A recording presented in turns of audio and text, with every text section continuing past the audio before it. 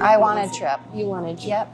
There was no way in hell I wanted her out there. But now I don't know what would have been better. What were you expecting? I was expecting the lower cost of a lot of just your everyday living things and hoping that he would make things better for everybody in America because that's what we need. Groceries are already outrageous.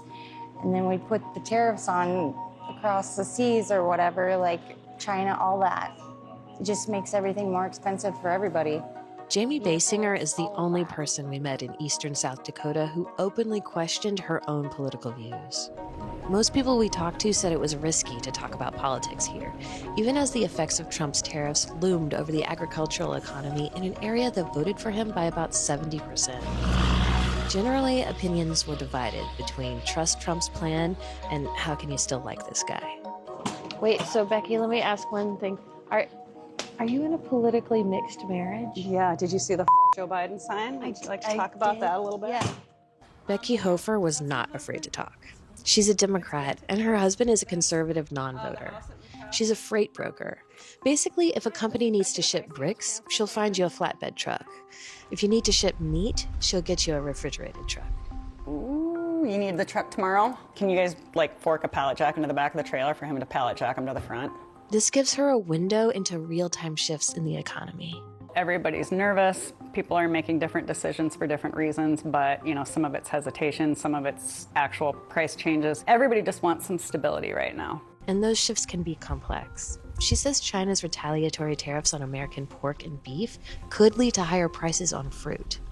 Right now it's produce season in California. We need to get out to California. What goes out to California? Meat. We haul pork. We haul beef. Where does it go? It goes to Asia. If it doesn't go, the price of produce is going to go up even that much more because they're going to have to pay more for the trucks. As we've talked about, you're in a really conservative area, very pro-Trump area. Do you feel frustrated in trying to talk to your neighbors about what's going on? Yeah, it's the biggest thing that frustrates me is that I just feel like nobody cares right now until it affects them. And I don't understand how they don't see that. They're not dumb. These people aren't dumb. And they're not unkind people and selfish people and thoughtless people, so I don't understand why they're okay with it. Hofer introduced us to her neighbor Rod Olerud, who was feeding cattle and who, for now, is okay with it. I just think we need to let the president do what he's doing, and we need to just see what's going to happen here and give him a little latitude so that, if it doesn't work, then we're going to have to try something different. Okay.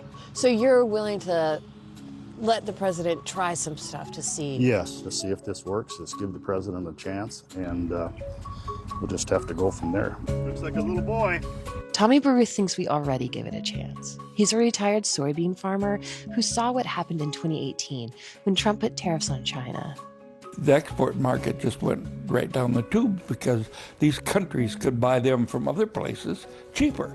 Brazil and other countries were the ones that benefited from that. I read that it stayed that way, that now China buys a lot more from Brazil. Exactly. And a lot of times those markets don't come back. Doug Bierke runs a lawn mowing business. He says Trump's plan will work out in the long term, even if some crop prices fall. Yeah, the price might come down, but when them people start starving, they're going to come back to the table. You mean in the other countries? Yeah, we're a gracious nation feeding the world, and we shouldn't have to without getting something for it. Rick Ekman says in the 3 days after the tariffs, cattle futures dropped below the point of break even for his farm. Never had him do this before. Yeah, he really likes you. No. Did you vote for Trump? No. No, I did not. Why not?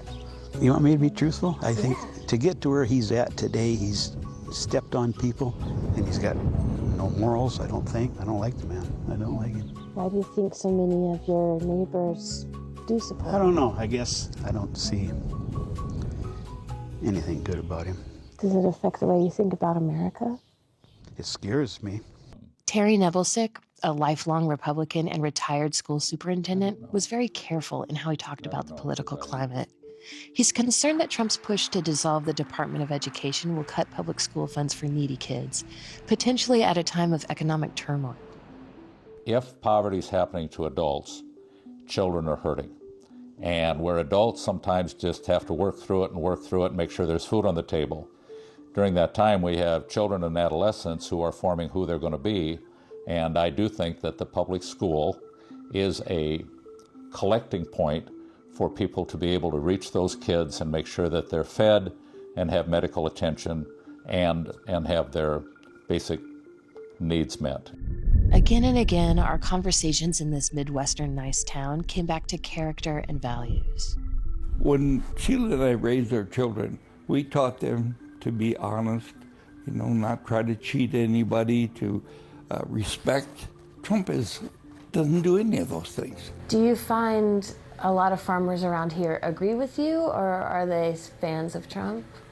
This is a very Republican state. I think it's too soon for them to say they're wrong. Ellie, I love the conversations that you are able to bring to us and bring to light. Given everything that we just saw, do the Trump supporters that you spoke to, do they regret their vote?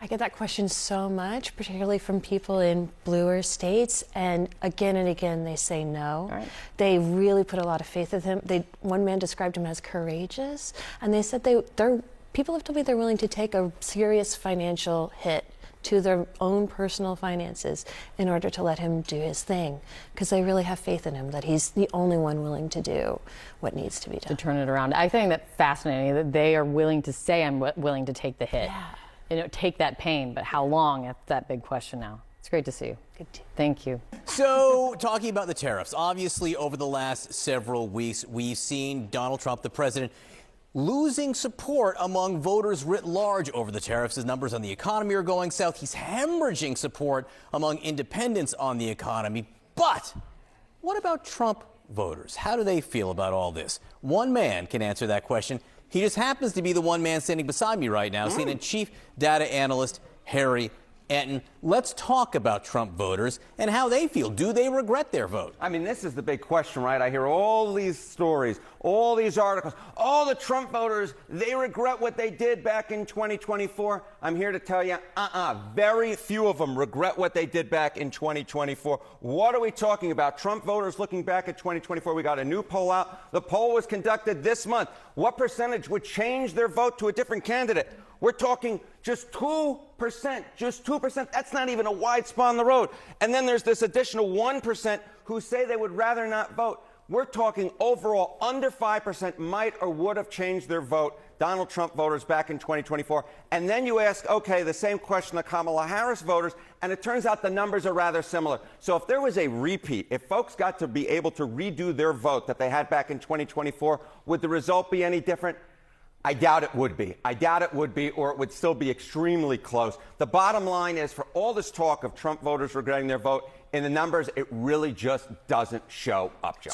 So the stickiness with Trump voters and President Trump in this presidency, how does it compare to his first presidency? Yeah, okay. So, I was interested in sort of a historical analogy here, does this look similar or different from back in 2017, looking at 2016? Well, in February of 2017, 4% of Trump voters say they'd shift their vote. That's actually slightly more than the 3% this time around. So, you look back, you say, okay, there's these Trump voters who really regret their vote. Historically speaking, they really don't regret their vote. And if anything, the number this time around is actually smaller than it was the first time around. And it's certainly smaller than the number we saw coming out of 2020, of course, after the events of January 6th. So the bottom line is this. If there's some idea out there that Trump voters are going around, man, I wish I had voted for Kamala Harris instead of Donald Trump, the numbers say that is a fanciful universe. It really, for the most part, does not exist. What about the Republican brand in general? Any evidence that people are,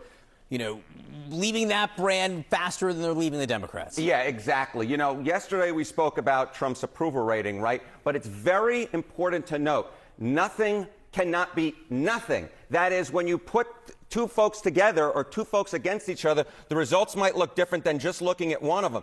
And on this particular measure, which I think is so important, because what we saw in 2024 was Republicans getting a rare lead on party identification. It was a 1-point lead according to Gallup. Look at where it was in an average of Gallup polls so far this year, plus 2 points for Republicans. If anything, the Republican brand has actually perhaps gotten a smidgen stronger, though these are within the margin of error. Very different from 2017, when Democrats held a 5-point advantage. And I'll finally note, this looks very much like the generic ballot trend, which in 2025 looks an awful bit like November of 2024, when Republicans, of course, won and held the House. We will see if these trends continue, but they are very interesting at this moment. Harriet, and thank you so much. Thank you, my friend.